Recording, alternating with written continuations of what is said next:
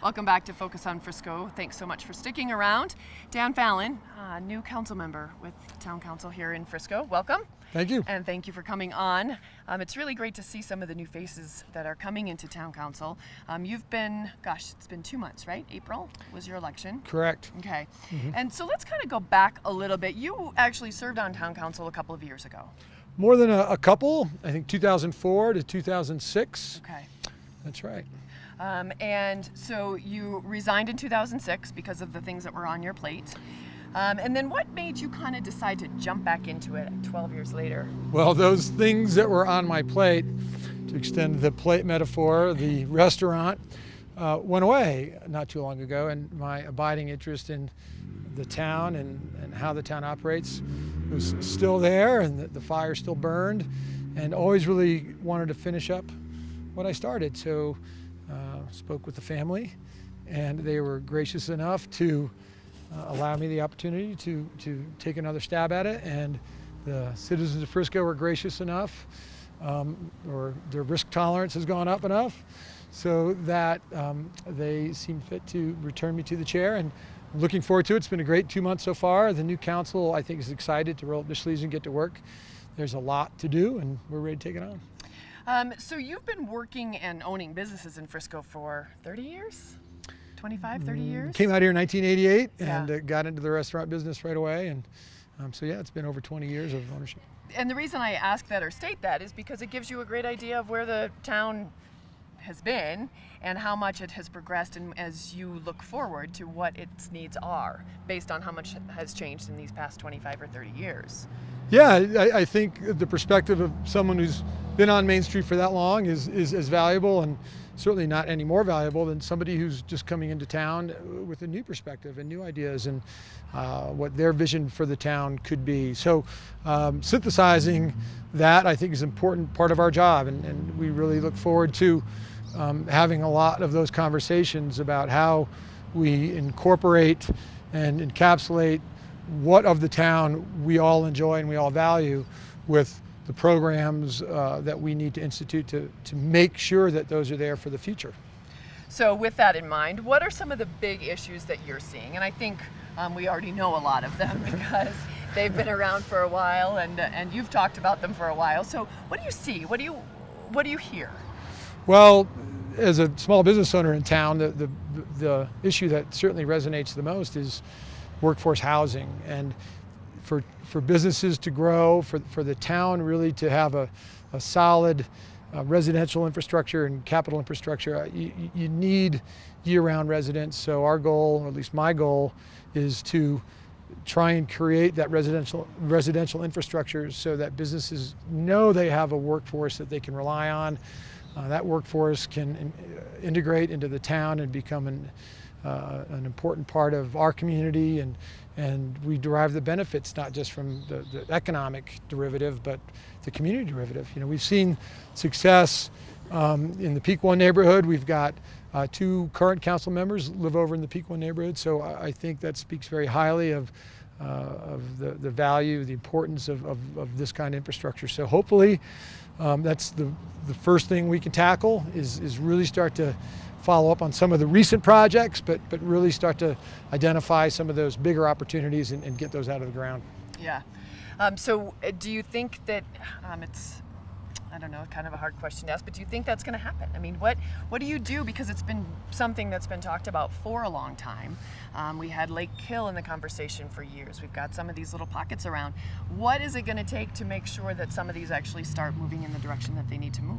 Well, I think a lot of it is energizing the process again, and with the new council, it seems like there's a new commitment and a zeal to identify and implement the processes that'll lead to the kind of projects that the community values. You know, that it's not just about bringing in density. It has to reflect a whole core set of values, and recognize how important that is to sustaining our economic diversity. And so, we're excited to keep that Lake Hill project energized, and I think we've started moving in that direction. Some new opportunities seem to be arising. The 5A funds are starting to accumulate, and that was a big getting that done was a big deal. So we're starting to identify where that money can go to get the best return on the investment in terms of housing. So again, that's a big part of it, the 5A funds. And so for those of you who may be tuning in and understanding this for the first time, can you explain what the 5A funds mean? Well, and I think it was the end of 2016, the election in 2016, a new sales tax was passed countywide that enhanced the already existing tax flow for a prior ballot measure, and really kind of stepped up the level of funds that towns and the county have to contribute to identified workforce housing projects and programs. So it's only been, that fund has only been growing for a little while, and over the course of the time that ballot issue identified, 10 years, it sunsets in 10 years, the town has the opportunity to realize $10 to $12 million, which in a community this size, that's going to make a significant impact. But we want to be careful about how we do it. Same time, we do need to be a little bit more aggressive in terms of identifying and recognizing that this is something that has been lingering for a little too long. I think we really need to identify something, get the process going, and create some implementation. And so that kind of brings us around, as you start to talk to the monetary aspects of a lot of these projects and the taxes, that kind of brings us into budgeting. And you guys are going to start going through the budget process here pretty soon. True. How are you feeling about that? Do you remember that process? It's a great time because it really brings all those competing imperatives to the table and invites a lot of more than just superficial discussion about wants, and forces you to confront how you really want to fund your values. So we're really looking forward to that conversation to see where it goes. There's again, some great opportunities here in Frisco in the next couple of years that we really want to start to create some real solid timelines for investment, and hopefully this budget process is another step forward in enhancing our amenities and delivering workforce housing, and in my world, investing heavily in our human infrastructure, the people who kind of create that fabric of our town that really we take for granted any given day walking up and down the street. But our public works employees, our police department, the people on the town staff who really work hard to deliver this experience that we hear over and over and over again is just incredulous. So that's great. That's great. So after you guys go through the budget, do you foresee, as you're looking at it, what are some of the things that you think are going to need? I mean, you talked about the police force and public works. What are some of the other things that you would like to see kind of broaden or take a deeper look at? Well, I think, one of the things that I'm interested in is coming back around to a conversation about marketing, what our goals are, what does it look like when we're done, what are some of the benchmarks for evaluating marketing and event investments versus some of the traffic that we're seeing.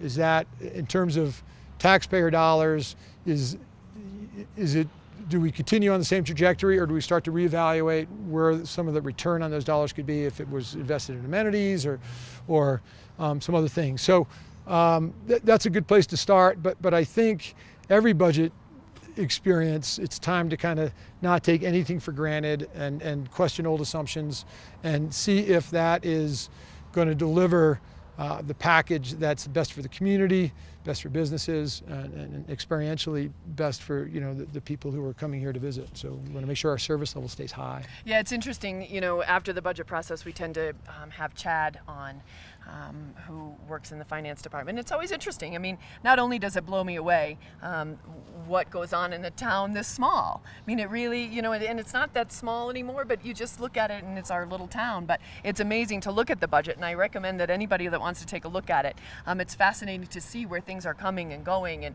and you start to look at it and think, oh, well, why and how, and oh my gosh, that's a phenomenal amount. Well, there's a great opportunity to really voice your opinion about how you feel about where the town is, where it's going, where it should go, in terms of its character and how it resonates with you. We're starting the community master plan process. Tomorrow night there's a kickoff meeting at the Day Lodge, I believe. And I think that's at 5:30-ish, 5:30. Certainly go to the town website and get some information on that. And that's not going to be the only one, is my understanding. So if you're watching this and it's already gone by because it's occurring on the 10th, you guys can always tune in and go to the website to find out some of the other days that are they're going to have these. Now, what occurs at these kickoffs? You know, it's or what will occur? I don't know, when the last master plan I worked on, I don't know that we had a kickoff party. So in terms of it, the soiree element, I'm not exactly sure what you'd expect. I don't think there's a band or a petting zoo, but I think that it's an opportunity to connect with some of your elected officials and some of the town staff and some of the people who are facilitating the process, and start to get an idea of what the scope is going to be, and start to give the people who are actually on the committee some idea of what's important to you and how that's going to be framed in terms of the context of the final package. Right. And the council relies on this, not just council, but staff relies so heavily on this. So by all means, it's a great opportunity to get involved and really represent what you feel strongly about and you know, what you think of your town and where it is and where it's going to go. Yes, you know, in past shows, gosh, over the last couple of months, I've had the opportunity to have on people from the planning department, and today certainly Tom from the Marina Master Plan. And it really is, everybody reiterates that these type of meetings that you're talking about that you're going to start having are really important, because we have to know what everybody wants to see and where they think make those changes, because sometimes it kind of clicks that light bulb for you town council people. Sure, you know, you know, are we succeeding in creating family-friendly amenities? Are we succeeding in an effective enforcement regime? Is parking have to be reevaluated? Do we need more? Do we need less on Main Street? So these are all the questions that ultimately contribute to the experience people have, not just as living here, but people who visit.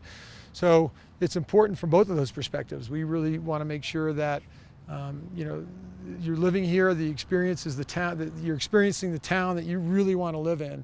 And my feeling's always been, if we construct that, then the people who come here and visit are going to love it as much as we do, and that's just going to continue to resonate with more and more visitors. So. And we certainly see it on a regular basis and hear I think that it does resonate. Been at the Marine on a Saturday afternoon. Yeah. Pretty sure that it's working. Yeah. So if people want to get involved and you know, be part of the town council meetings, understand what's going on, when do you guys hold your regular meetings? Our meetings are the second and fourth Tuesday every month, and I tell you from past experience, and I still believe it holds true, cannot overstate the importance and the impact of citizen comments at 7. You know, the meetings start at 7 o'clock, and the first thing is public comment, and you cannot overstate the impact that it has on people. You know, if it's a neighborhood issue that you're having with noise, if it's an amenity that you're looking for like ice, you know, something that we can work towards developing. If, you know, those are the great times to come out and reach out to your council people and let them know that we're successful or we're not successful, or that some experience that you had was good or poor. So by all means, there's ample opportunity to get involved, not just to be on a committee, right, but to just come and make a public comment and let us know what you think about something. You know, and right before the parade, we had somebody suggest down the street that we start a parade committee. Parade committee. And start to discuss some of these things to make it even bigger and better in these little segments that you don't necessarily think about on a regular basis. There's so many opportunities to get involved, and again, go through the website. You know, when the town is looking for, you know, to populate committees, to either little ad hoc committees for a particular thing or something more broadly, or if you have an idea for something like that, by all means, bring it to us. Be ready to get involved, because there's a lot to do, and certainly that goes a lot better, and it tends to get done better right the first time when there's a little bit more thorough community involvement. So by all means, get to the website and come see us at council meetings. They're a hoot. Friscogov.com, and then the second and fourth Tuesdays of every month, and those start at 7 o'clock. Indeed. Dan, thanks for coming on today. It was great. Thank you very much. Yes, we look forward to having you again. I can't wait to talk to you after budget, and certainly as we move in through the year and some of these projects that we've talked about start to take hold, so we can get updates and perspectives. You know where I live, so get a hold of me. Fantastic. Thanks so much, everybody, for joining us here on Focus on Frisco. We appreciate everybody tuning in, and on behalf of the town of Frisco and everybody that did work so hard, as Dan mentioned, all those hard workers in and around the town, thanks so much for making this happen, and we'll see you again next month.